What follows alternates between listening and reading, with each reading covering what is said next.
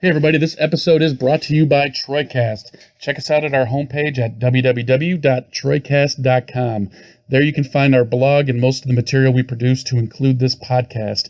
Again, that's www.troycast.com. Also, check us out on Facebook. You can find us at facebook.com/TroycastPodcast. We're also on Twitter. Our handle is @CarlingTroy, and we're on Instagram and YouTube as Troycast. Don't forget, for the month of September, we're doing our special podcast launch giveaway. All you have to do to be eligible for a drawing for one free $25 Amazon e-gift card is leave us a review on Apple iTunes and Apple Podcasts. You're automatically in the drawing once you leave us the review. We will announce one winner the first week of October, or actually the first show in October, rather. And don't forget to check that out and give yourself a shot at $25 at Amazon. All right, before we get into our guest introduction, I just wanted to apologize for the quality of the first half of the podcast. We had a little bit of a technical difficulty, and there's some feedback in the background that we weren't able to completely get rid of. If you bear with us, I promise it gets better in the second half. All right, our guest today is one of the most interesting and intelligent people I've ever met. He is an accomplished businessman, an accomplished musician. He is an accomplished comedian, and an accomplished actor. Some of his music's been featured in movies like Despicable Me 2 and on TV on shows such as NCIS Los Angeles. He also had his own web series called You My Ride. Ladies and gentlemen, my good friend, welcome to Acafool.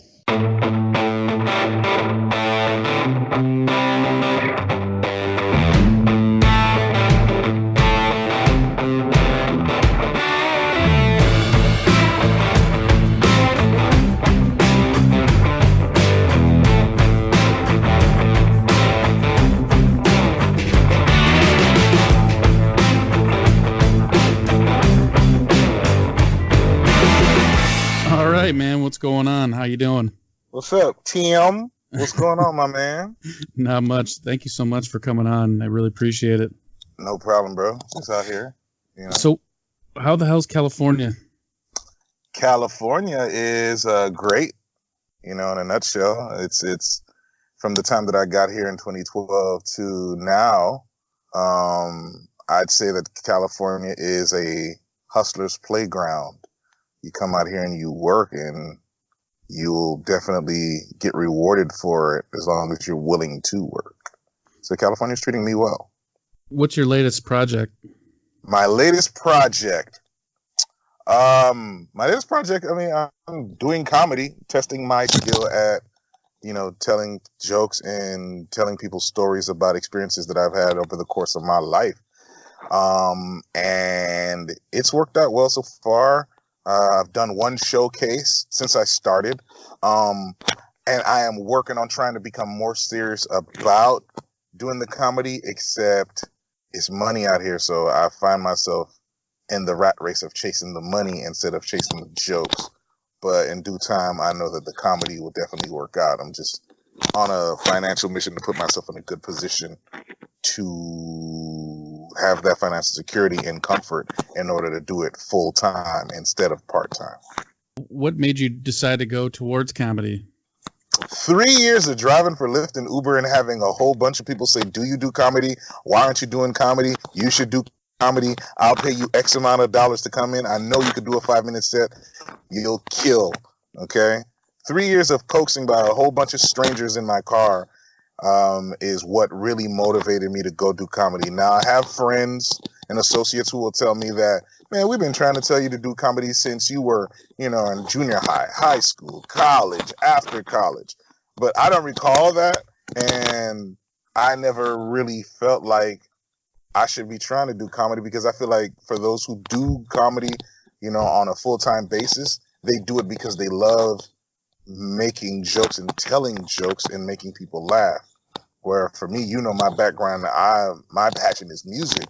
But if I attended the Church of the Universe, clearly there are a lot of people in the universe who feel that I am funny and funny enough to get on stage and are willing to come in and check out the jokes and stories that I have to tell. So I want to say overall, it was 3 years of, strangers telling me you should do comedy that motivated me to take a class here in SF called the SF Comedy College. And then that gave me the confidence and the knowledge on the art of comedy. Then I moved forward into, going to open mics and doing some showcases. Was your first show tough to do? You talked about your music career, and I know you have a ton of experience on stage, but how was that how did that transition to telling jokes on stage? Was it tough still, starting something new, or did it come natural to you since you've performed on stage in front of a live audience many times? It was something that I had to get into a groove, into a mode. Like, I totally get nervous before I get on stage, and that's because when it came to the music, I wrote the songs, some of them I produced, but overall I wrote on the lyrics, so I had to memorize. So to get on stage and perform lyrics, it was definitely easier. In comparison to comedy, I had to learn that in order to tell the jokes, you need to know where you're going to start and where you're going to end, and be comfortable and confident in your material, and then it'll get better. But initially, I would waver, get a little nervous, and then once the set starts once I get into the set, then, I was able to go ahead and relay whatever it is I was trying to say, So I listen to a lot of comics talk about their process. Do you carry like a pencil with you at all times, and just when something strikes you, like, oh damn, that'd be a funny ass joke, you just bust out the pencil and just start writing it down? Or do you, some other comics that I've talked to, they keep it all in their heads and they don't take any notes at all? What do you do? I do both. When something is memorable, it's easy to remember, it sticks in my head. When it's an idea based on something that I saw, I grab the pencil immediately and write down something on the notepad that's in the car, just to be able to go back and visit it and try to see what was it that I saw, what was my thought. And then, with, smartphones, I can also record notes as well. So in my phone, like, I got to go through a lot of notes, sometime in the coming months, just to hear all the different experiences and ideas and things that I saw, to try to put together a solid set that I'm going to be excited about performing. Isn't that crazy how smartphones have just changed the game on so many levels? I mean, everybody has a phone, a tape recorder, a map, the internet, everything in their pocket now. That's so crazy how much that's changed life for everything. Yeah, but I think technology, all that you just mentioned, actually revealed something to people. Because I know it reveals to me every day how dumb we are, not how knowledgeable we are. Like, with all the information at the tip of our hands, you still have people who don't know how to use a smartphone, still don't know how to read maps.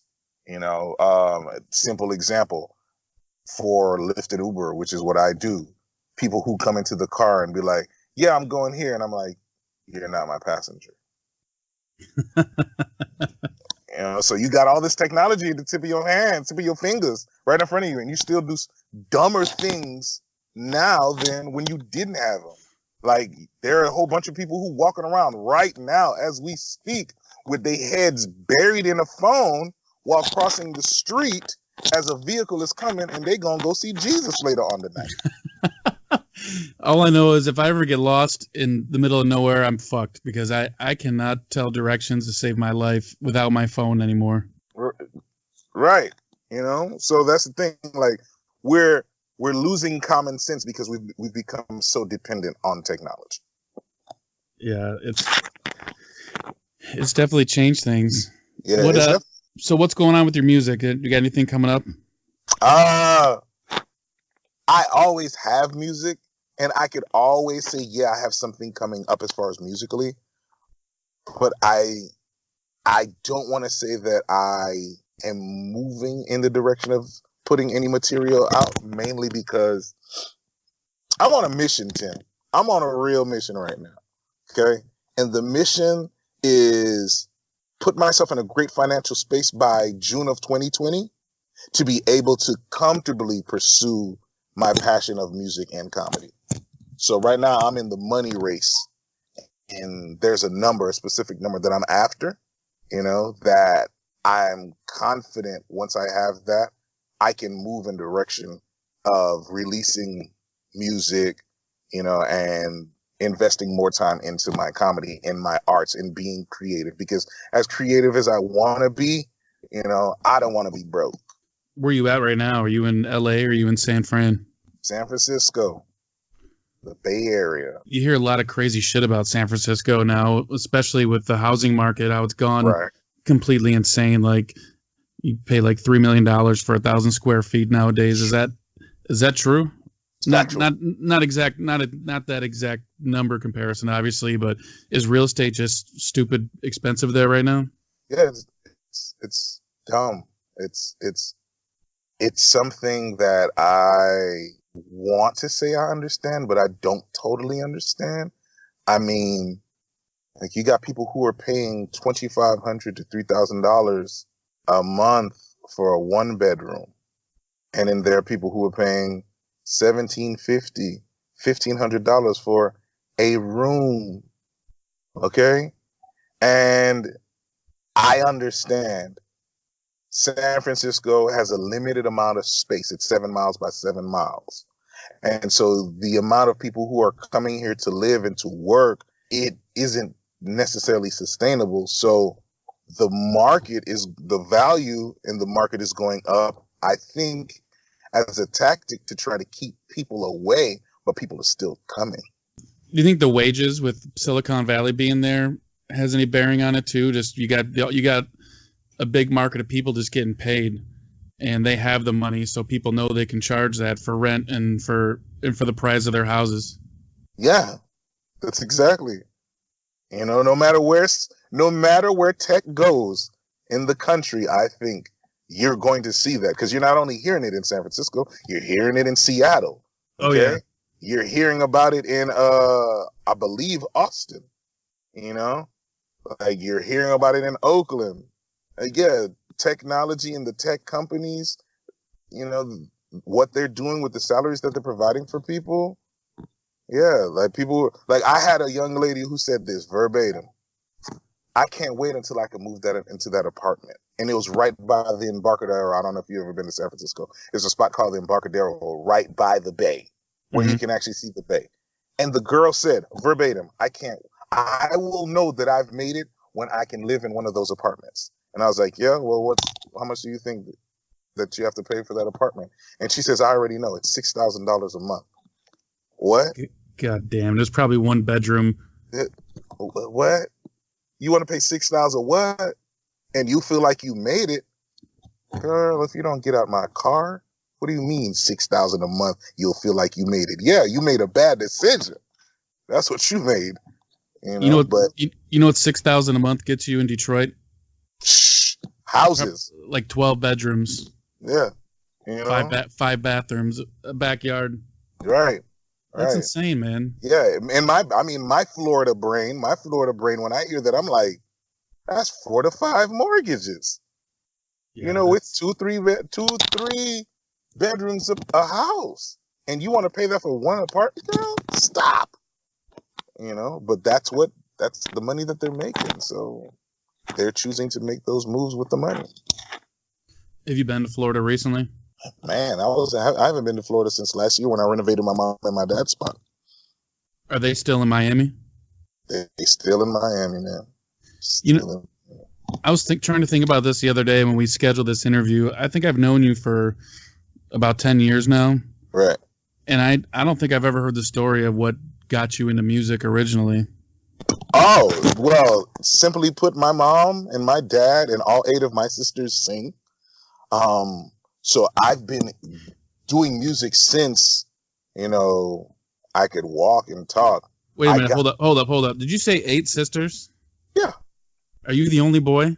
I am the only boy. Oh my God. Yeah. What was that like? What was 8 sisters growing up like? 8 sisters was growing up with 8 sisters was like, get out the house as fast as you can. Were you the youngest? I was in the middle. I am in the middle. So you weren't the spoiled baby or anything like that? And there was no way my mom could spoil me. She had too many women to focus on. How many bathrooms did you have? 1. How long, on average, did you have to wait to use the bathroom before school? I always showered the night before. 8 sisters. 1 man. Okay. I cut you off. So your mom and your dad got you into singing? No, well, yeah, I mean, because grew up in the church, and my mom sang, my dad sang, my sister sang, so we sang in church choir and whatnot. So I've always been into music. The music business, I didn't get into it until like college. When I had an interest in music production, and that was in the 2000s, and then transitioned from producing music. The whole goal of music initially, I never forget this, is that I simply wanted to be able to produce music and sell music in order to pay off student loans. I ran into my friend and mentor Henry, and he taught me about working in a recording studio. That led me to producing for an artist, and then working on getting that artist popular out in the Tampa Bay area where I was going to college. I started to get him popular enough that somebody caught wind of him, and they found an investor. That investor wanted to put money into that guy. When it was time to sign the contract, that guy didn't want to sign the contract. So that failed. And then I was like, well, you've already shown that you're interested in investing into someone. I might as well step up and be the artist so you can make your money back. And around 2005, I started putting out some music. 2006 is when a record named Hey the Blockers took off. So, I mean, music has always been around. Like, I sang in choir, I sang chorus in high school, I sang in college. I sing, I produce, I'm a studio engineer, songwriter. So, yeah, music has always been around. It's just wasn't until the 2000s when I really got into it. Like, I actually sacrificed grad school for music. What did you listen to when you were a kid? Ooh. Across the board, my mom and my dad used to go to sleep listening to country music. So I know some Alabama, I know some Kenny Rogers, some Dolly Parton. I started sneaking into some hip hop once I started hanging around my friend Jimmy St. Pierre. So a wide range, Boyz II Men, James Brown, Elvis, you name it, Madonna, like across the board, across genres, man. There was no limit. Like just whatever is good and whatever appealed to me, that's what I was listening to. Any love for Motown? Yeah, definitely love for Motown. Smokey Robinson, the Supremes, like a lot of different people. It's too many to name. That's the first thing. And secondly, I knew more music than artists. There's a lot of songs that I know the song, and I didn't know the name of the artist because that's not how we actually focused. Mm-hmm. Growing up at first, we just, you heard this song? We just listened to the song. It was like, I like that song. And it wasn't until like we really started focusing on music and listening to secular music outside of church, then we started finding out, it's this person, it's that person, it's this person. And then I was like, oh, that's who that is. So I just love good music.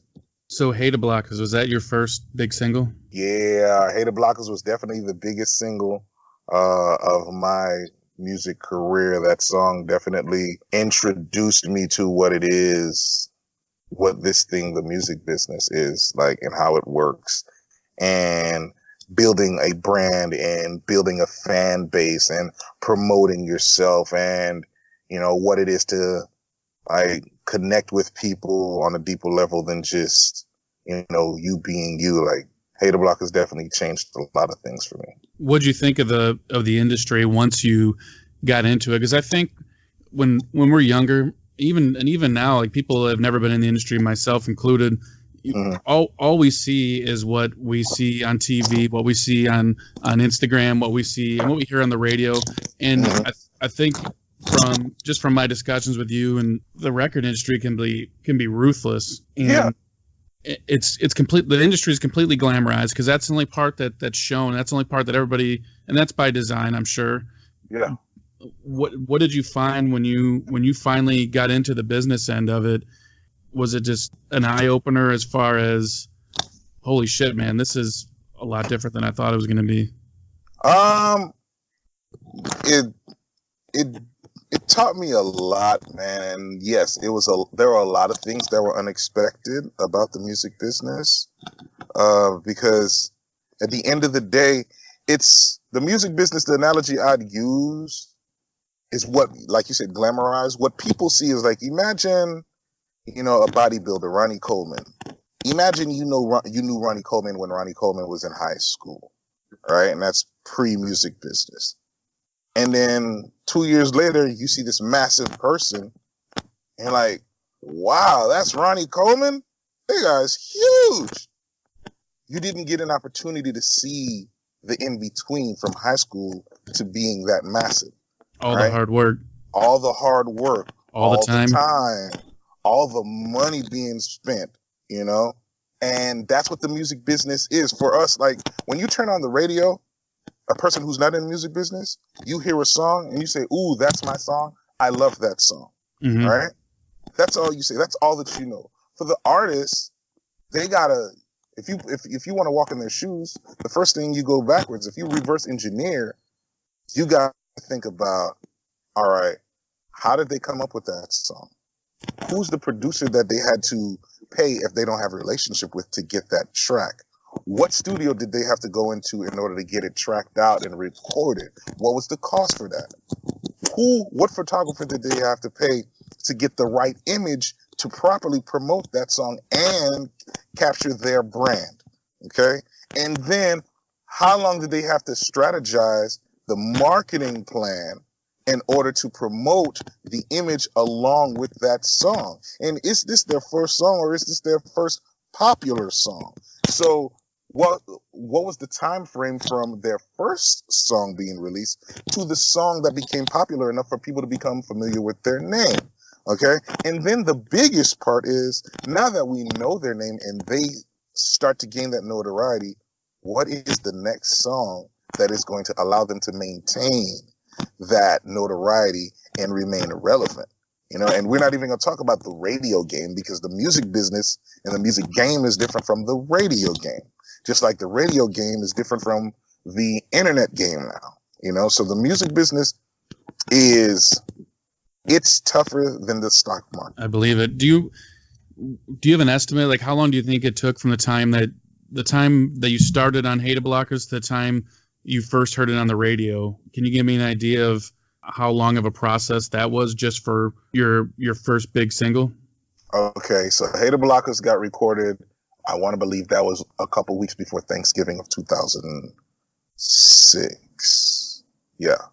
Thanksgiving of 2005. And by the summer of 2006, it was on the radio, competing with other popular songs that were popular at the time, like Young Jock is Going Down. So what is that, 6 to 8 months? Now, some people might think, oh man, that's crazy. Thanksgiving to the summer and that song blew up? Yes. But what they didn't see is all of 2005 and 2004 promoting somebody else until people, and I wasn't aware of this, but 2003 to 2005, I was out promoting another artist. And every night I was out promoting this other artist. And I was becoming familiar and building relationships with DJs and radio promoters and street teamers. Okay? So much so that people thought that I was the artist, and I wasn't. But they became familiar with my face, and that relationship was built. So once that relationship was built, then we had a song prior to that. Hater Blocker's predecessor was the song called Hell No that had a dance to it. I remember all of 2005 and a portion of 2004, I did over 100 shows for free. Okay? Holy cow.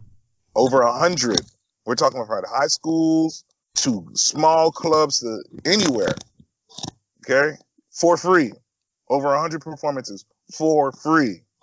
Just to build the name of Acafool. Okay? Right. And Hater Blockers wasn't done yet. So everybody knew this song and this dance called Hell No before Hater Blockers.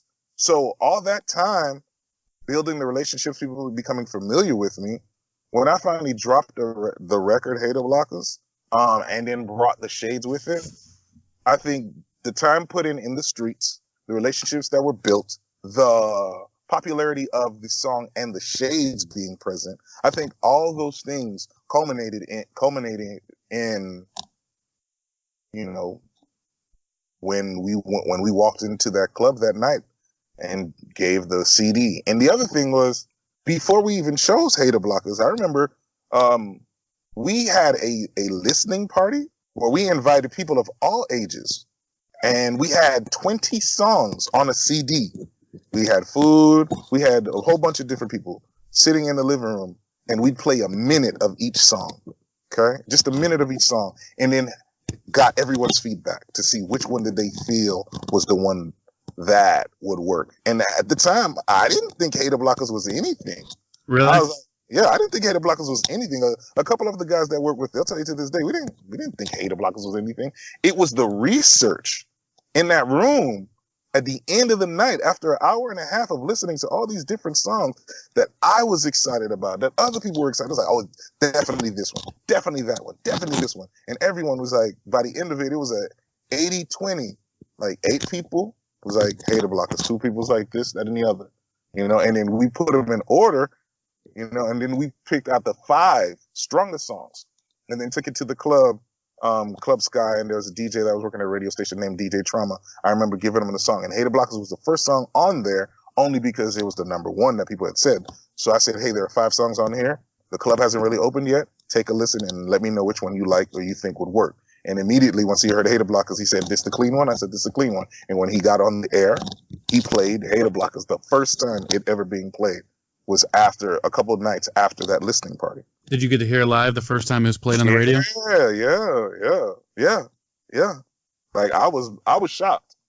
I was like, what? Wait, you know, I was in shock because I didn't think it was going to happen, and B, I didn't think it was going to be that easy. And it's not to say it's easy to get stuff on radio. It was a radio remote at a club, you know, which I think I showed a lot of people in Tampa, Florida at the time that was another way where you can start to get your songs played was, you know, when radio stations have their live remotes at different locations, you know, if you get there early enough to politic and network with the DJ where they can listen to some of your music, if they find something that they're confident enough to play on the radio during that time, because they're not restricted to the playlists, they're going to play it. And that's exactly what happened. The DJ Trauma had his set songs that he had to play for the station, but at a particular time, early in the night, he had some flexibility. He had the song, he had the CD. That's when CDs was a thing. He played Hater Blockers, and that started the train. Do you remember where you were at when it played? Yeah, I was right there in front of him in the club with him. Oh, gotcha. Right there with him, right next to him, because he was like, "This clean?" I was like, "Yeah." He's like, "All right, cool." It's like they came on. It was around 11 o'clock, still early. People are still slowly coming into the club. They're still promoting. Come out to Club Sky, and he played 1 or 2 songs, and then he did his mix. He found a song that fit well, and he played the hook, the first verse, the hook again, and he went off. And I was like, "What?" And people was like, "Yo, I heard you on the radio." I was like, "Yeah." But that didn't make the Hater Blockers blow up. That just let me know we were onto something. That's all that did. That let me know we were onto something. And it wasn't until the guys that I were working with at the time. The thing about me is when I'm making music, I'm always trying to figure out how can I market and promote this song. So when Hater Blockers was done, my thought was already, man, we should make some shades. And we had to start our research to find out where we could get the shades done. And then we ended up ordering shades from China, I believe, and they brought the shades over here. And then that was the thing, because I think the song got played and there was a whole bunch of other things that were going on, a lot of events that were going on. Okay. So let's say the song got played in February of 2006. And Wild 94.1, which is the station out there, it was Wild 98.7 at the time, had a big concert called Wild Splash. And Wild Splash brought a whole bunch of different artists. And so we went out there and we had CDs and we had shirts that said, "I got my Hater Blockers on." And program director out there, shout out to Orlando Davis, like a whole bunch of people, DJs were there who knew me already. They're like, "Oh, you really promoting the Hater Blockers record?" Yeah. So I'm out there throwing out CD with the team and whatnot. And we got the shirts. I got my Hater Blockers on and whatnot. But everyone's like, "What's Hater Blockers? What's Hater Blockers?" And we can't really tell them what Hater Blockers is yet because the shades hadn't come in yet. Right. we knew the shades, we had placed the order for the shades, we had to pick the design and whatnot, but everybody was, what's hater blockers? What's hater blockers? It's like, yeah, shades. Clearly we're talking about shades, but we didn't have shades yet. So when the shades arrived that night the shades arrived. So it came in the daytime, and we grabbed the packages and we picked out all the different colors, and we did the same thing we had already been doing. Every night we would go out to a different club and connect with a DJ and make sure that they're playing the song to get it real popular in the clubs. And then finally, when the shades came in, and that first night was a Monday night, we went to Bahasa Lounge. It doesn't exist anymore, but that's where, all the different people were at. And we went in there, and all the DJs that were there, we opened the boxes like, pick a color. And it was like, oh, Acafool in the building. He got the hater blockers official shades in the building. Y'all come get y'all hater blockers, blah, blah, blah, blah, blah. And once people saw the shades along with a song, then DJs were like, where are my shades? Where are my shades? Where are my shades? Where are my... Then separate the amount of shades that you wanted to give away to build in comparison to how many shades you were going to sell to recoup what you invested. Did you have a video that for hater blockers? No. What was your first video? She's Bad? Yeah. And that was in 2007, right?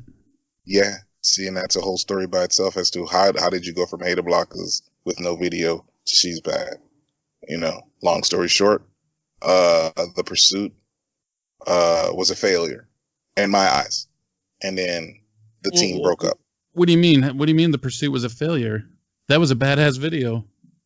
Yeah, but that badass video didn't yield what we wanted. And the interest that we had, the momentum that we had for hater blockers was dead by that time. So what I mean is, looking at it from the outside and the understanding of the music business, we took an L when we didn't have a video for hater blockers. We took an L when we didn't sign a record deal with Asylum Records or Universal, and then the team broke up. And so we failed there. And then we were trying to figure out what to do, not having as much knowledge as I have now. Although the song She's Bad was fun, the video was fun, it was poorly executed because there were a lot of things that we needed to do prior to putting out She's Bad and the video that we didn't do. We didn't follow the same system or flow that we did with hater blockers, because had we done so, we probably would have seen better results. Stop me if I'm wrong here too, but it seems to me like you got in the industry at a really strange time for music, because your music was going from an album-based system and transforming into, essentially it's more, and this is my layman's point of view too, and obviously you can correct me and please do if I'm wrong, but it seems to me like music is more of a singles game now that now that we're living with Spotify, Apple Music, all the major apps. And it seems like, and I think a lot of artists are still resisting that, because you still have a lot of big artists that are doing full on albums, but I think a lot of the big singles we're getting now is it's just different. And I think you were right on the cusp of that transition. Would you say that's accurate?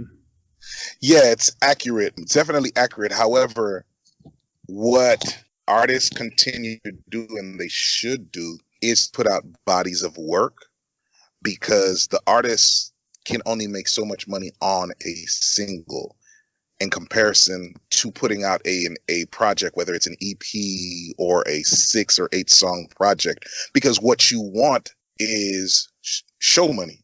And if you only have one song, you limit the amount of shows that you can do. Right. Because one song, once it hit radio, it has maybe 6 months, if it's that popular. Maybe 6 months.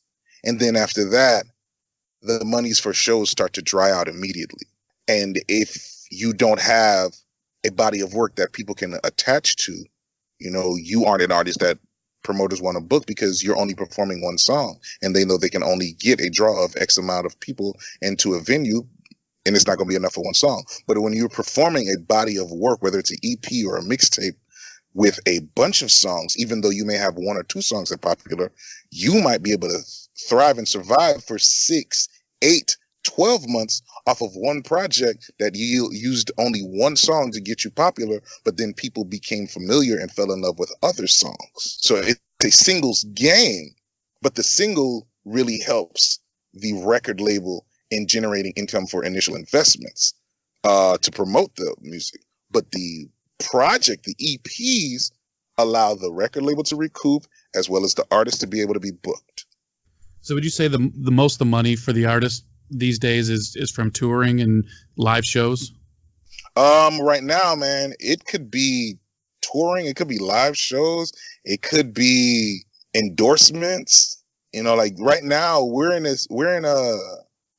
environment for the music business now where most people in the music business, it's not even the music business anymore, it's the entertainment business. So when you come in, a lot of people can look at you as an artist and assess, are you just this and that's all you can do? Or can you be an actor? Can you be a songwriter? Yeah, can you be a comedian? Like, how many brands can I squeeze out of this person? Can you be a model? You know, and if you display that you can be a number of those different things, they're going to do what they can to bring all of those talents to light and exploit those talents so they can continue to earn what they want to earn off of you as an artist, and you can continue to earn as much as you can and reach your full potential as an artist and entertainer. So they're not just looking, oh, you know, well, they rap, they had one good song. It's like, no, what else can we do with this person? You have to be multifaceted. If you're not multifaceted, then you're limited, and so is your time. That's a good point you make about they're no longer just record companies anymore, and they're entertainment companies. And right. I think a lot of people wrongly felt that once Apple Music and once Spotify, all the streaming services came out, a lot of people were predicting the death of the traditional record company per se. Mm-hmm. Little they know, I mean, those guys are clever bastards, and they've adapted, it seems like, and they've found a way to keep getting their piece. Yeah, I don't think they'd ever disappear, man. Like, the entertainment business it's no longer one television. And what I mean by that is, for the most part, for a long time, when you wanted to go consume your entertainment, you either went to the radio or you went to the TV. Okay? And that's the only place you went until a project came out. Or you went to the movie theater. And you see those three separate things? Now you can go to one thing and experience all of that. Right. And that's the internet. And so everybody had to adjust. And you look at all the different, not networks, you know, like all these streaming networks now, Crackle, Netflix, you know, like Hulu, Stars, you can keep naming them. Like that's so many different media outlets that need talent, that need content, that need music, that need actors. They need all of that, you know, so nobody was going to die. You just divided the pie in a different way. Yeah, and those that can adapt will probably go away, but right. all the major players are still around as we see. Yeah, they still are, and they're just you know when restaurants close, they shut down a restaurant and they strip it of its name, and then a couple months later, the same location has a new name but the same owners. Rebranding, yep. That's it. That's literally. There's a bunch of different major execs who are not major label execs, but they started small management companies, small entertainment companies, and kept doing the same thing. And now they're playing the game from a smaller office. That's it. Just rebranded themselves. They still here. All right, I'm going to ask you a personal question. Okay. I'm on the Floor. Uh-huh. That was my favorite song of yours. Why didn't I hear that on the radio up here? I'm on the floor, I'm getting loose. I got a bottle of Patron and Grey Goose. Why didn't we do that? Turmoil.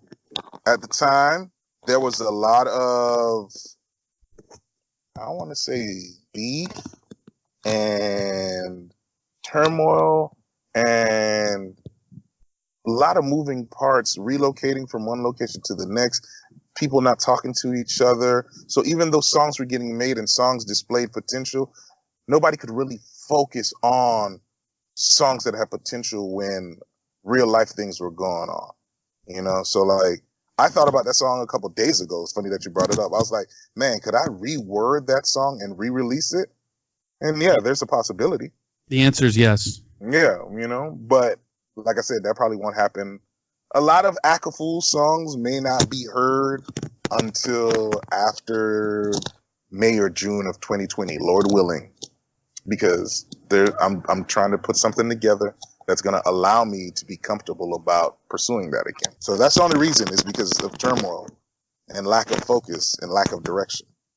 I can't remember where I heard that for the first time. I think my cousin gave me a bootleg copy of it, because I know there was I heard two different versions of it. Right. And they were both awesome. And I listened to both of them in my car on the way to work every day. All right. It's fun. That song, man, when I say it's fun, it's fun. It's good energy. It's just fun, and I want to believe, regardless of what generation, they'd enjoy it, because it's fun. It's repetitive. It's something that anyone and everyone can sing easily across age groups, and that's the marketing, the branding guide talking right now. But, what needs to happen first is there needs to be a budget. And with the budget, there needs to be a proper plan on how to spend the budget in order to see a return and find all the different opportunities where you can capitalize with the song. Yeah, it's a fun song. I want to believe you hear it sometime next year, Lord willing. Have you ever thought about putting together an EP or of just your five best that may not have gotten like a global circulation originally? Yeah, I thought about that, but think about what you just said. Global circulation, right? How am I going to circulate it globally? You tell me. Well, that's the whole point. Like, without a proper budget, there's no point in putting together the five best. Right. Like, because you can put it together. I can put it together, and I can make it digitally available on all digital platforms. But without the proper marketing and the right partnerships to really give it legs, they're just five songs that are fun. And then we could cross our fingers and hope that it's going to go viral. Go viral. But that's not how it works. Tell me about NCIS. How does that happen? Nicole Sanzio is a woman who I met through an A&R that used to work at Interscope. DJ Ray's, we were introduced at the tail end of Hater Blocker's popularity. And he was like, I have a friend who lives in New York who does song placements for film and television. Is that something that you'd be interested in? And I was like, of course, definitely, because that's money for placement for projects that you can earn and still keep the ownership of the song in comparison to it being signed to a label. So we met each other via email, then we met each other in person, and I signed a contract. So when she said, hey, NCIS was looking for a particular song, I sent her She's Bad, and she hit me up a few months later and said, hey, She's Bad got picked up, just like Fast and Furious, just like, Despicable Me, like a bunch of different placements came through Nicole Sanzio and Digi Music. My kids still give you a shout out every time they watch that part on Despicable Me. Yes, that's cool stuff, man. It's cool, but it's all just it's all, and I'll be honest with you, it all at times becomes bittersweet, because you look at it, when I look at the timeline of everything, I'm like, man, it could have been way better than what it is. Not that I'm complaining, because I'm definitely happy and confident in what I'm doing and where I'm at, with my career and my life, that I can't be mad at that. These are all experiences that I can always talk about. But knowing the potential of what it could be, you can't help but be like, dang, if I just did this one thing, all of this would be totally different. All right, I'm going to take in one more quick curveball. Okay. Game of Thrones Season 8. What are your thoughts? So, I am disappointed on them ending the Game of Thrones altogether. It was rushed. It was definitely rushed. I felt like they didn't have to do that. They had options. They chose the worst option. And it's still one of the best shows ever made. Does the last season ruin or at least tarnish the legacy for you? No, you can't tarnish the legacy of that. Come on, man. 8 seasons of carnage? You have to understand. When Game of Thrones initially came out, right? The very first episode when Bran got pushed out of the window, I was like, oh, I can't watch this. They killing kids. And fucking sisters. And sleeping with, oh no, I can't watch this. 2 years later, I'm dating this woman. Her kids and her are into Game of Thrones heavy. In the episode when Samuel Tully removes the scale off of Jorah Mormont, the makeup artists or artistes that did that, they won me over. Because when I saw that stuff and the goo come off of Jorah's skin, I was like, what? I need to go back and find out how this happened. And I went back and started from the beginning. And in 2 weeks, I was caught up. In 2 weeks, I went from season 1 to season 6. I think that's when I saw you last, when you were trying to catch up on it. Right. I mean, I was in it after that. I was like, yo, this is amazing. You know? And so when season 8, I was just like, okay, all right, I guess. I remember that exact scene that you're talking about where Sam's taking the grayscale off Jorah, and then they spliced it into cutting into the hot pies, some kind of a pastry in the bar, yes. Yeah, and it was all gooey and nasty. Yes. And it went into that. That was a really cool transition. Transition. That's the word I was looking for. Yeah. And just that right there made me say, I need to go watch Game of Thrones. And the crazy part is my best friend in Florida now, 2.5, 3 weeks ago, he started watching Game of Thrones and didn't tell his wife. Was he watching it in the bathroom? He would wait till she go to sleep and then watch the episodes, because he didn't want to start watching it with her because he knew that she was going to ask a million questions for each episode. So he was like, nah. I was like, you can't tell her until after you're done watching it, and then go tell her to watch it. Because if you start, she's going to make you go from the beginning and you're going to be stuck. So he finished watching the whole thing. And I think sometime this week he's going to let her know, hey, you should go check out Game of Thrones. So then he'll be prepared for all the questions. Now here's my problem with the last season, and I think HBO was kind of they were damned if they did and damned if they don't.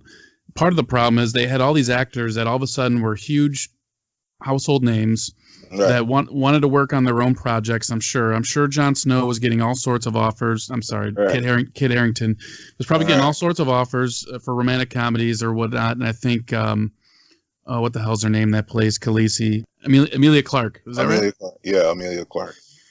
So I think you got all these actors and actresses or actors that had a very good market demand for them.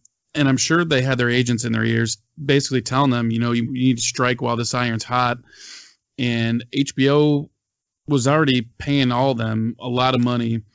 And the other problem they ran into was they ran out of the source material. Right. George Martin the books, I think, and I might be wrong, and I'm sure I'll get corrected for this online. No, you're right. The books, I believe, cut off right when Jon Snow was stabbed by the Night's Watch. Right. And that's the last thing we know from the books. Right. So now you got this issue where HBO is waiting on the original source material, and you have all these actors that are going to demand more and more money because that's what the market has placed them at. Mm-hmm. And I think they pretty much had to finish it. And I didn't dislike the last season. I'm not going online and trashing it or anything like that. It left a lot to be desired, for sure. And I just don't have time in my life to read all those damn books. Yes. Have you read the books yet? Stop. That is just after seeing the show. I know the books are a lot more in depth, and everybody will tell you. Everybody says, "Oh, the book's better. The book's better."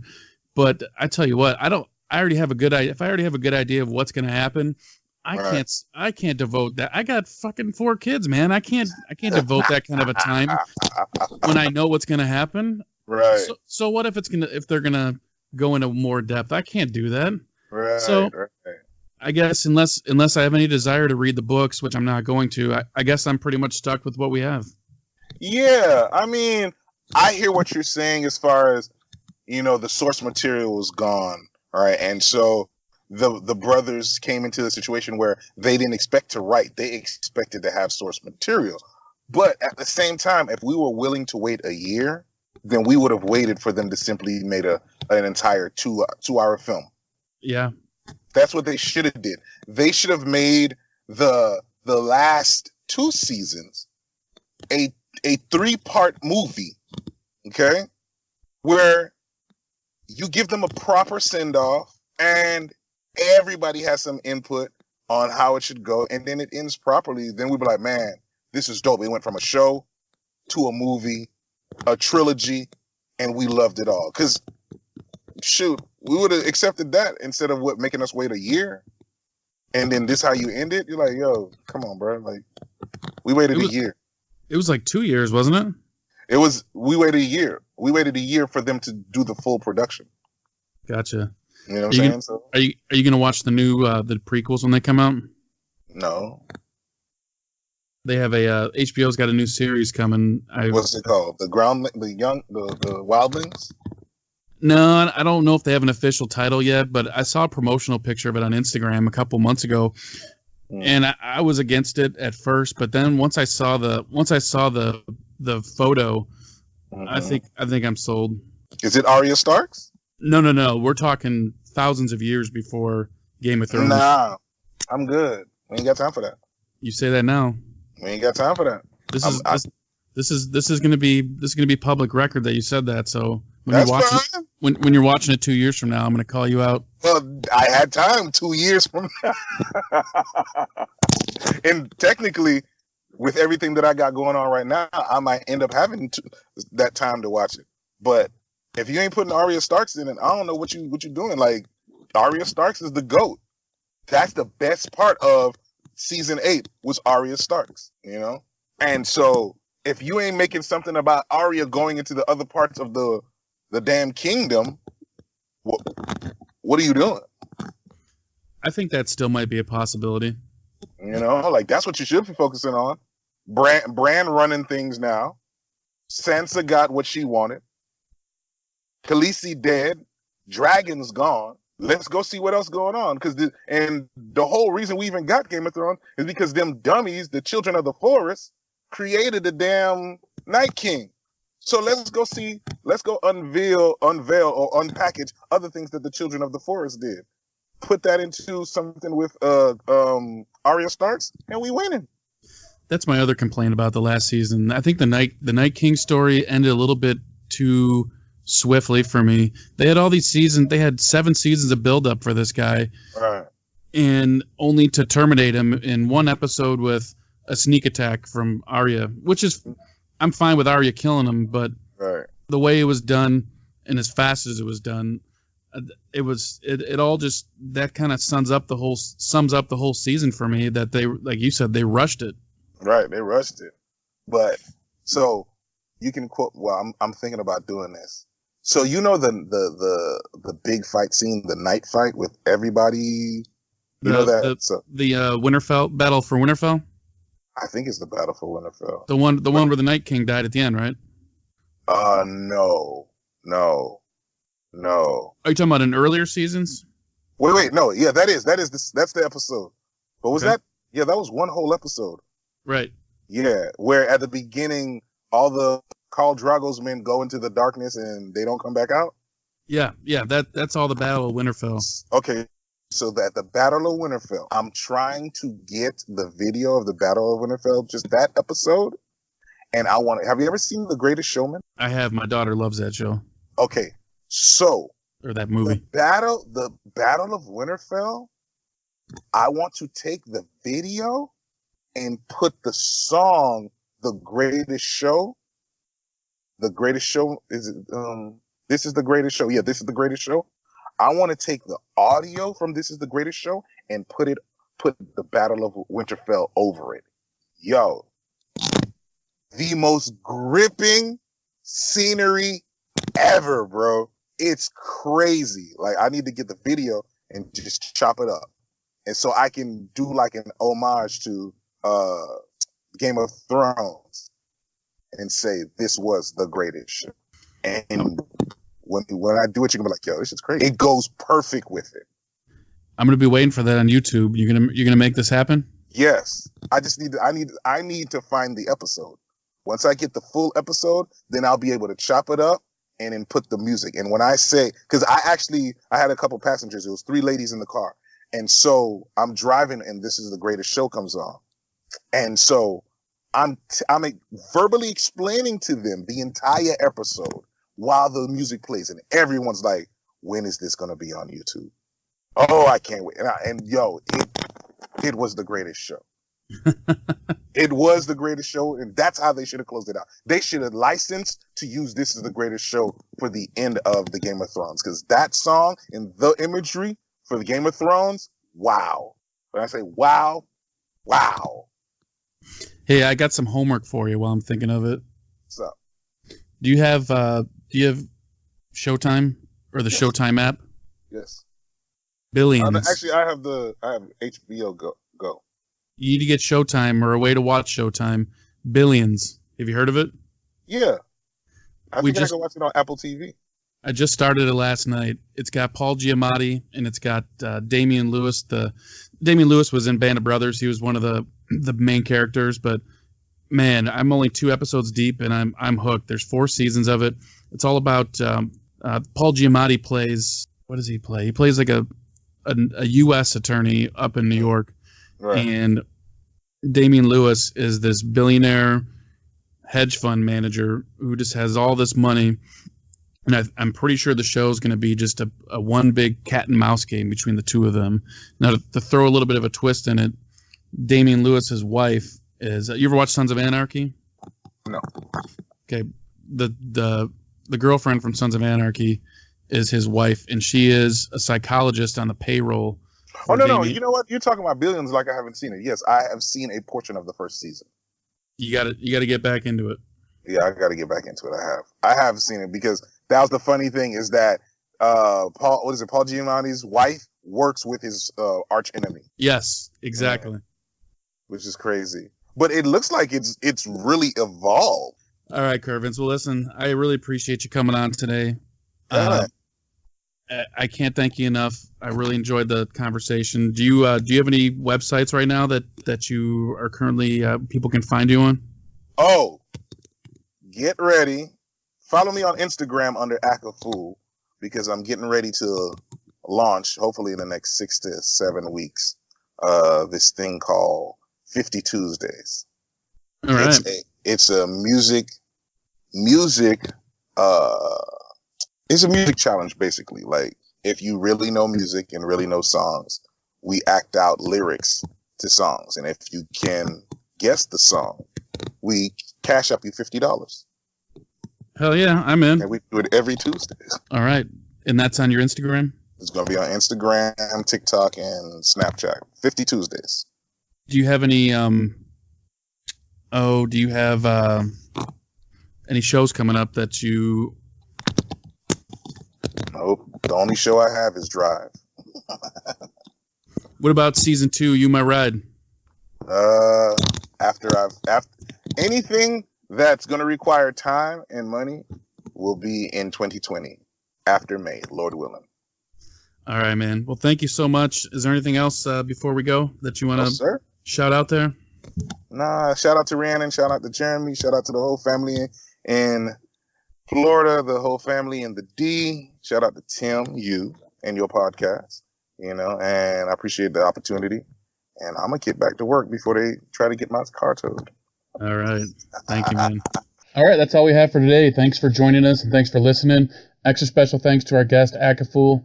And don't forget to leave us a review on Apple iTunes or Apple Podcasts app, and you will be entered into our contest for a $25 Amazon gift card. Until next time, keep on loving each other.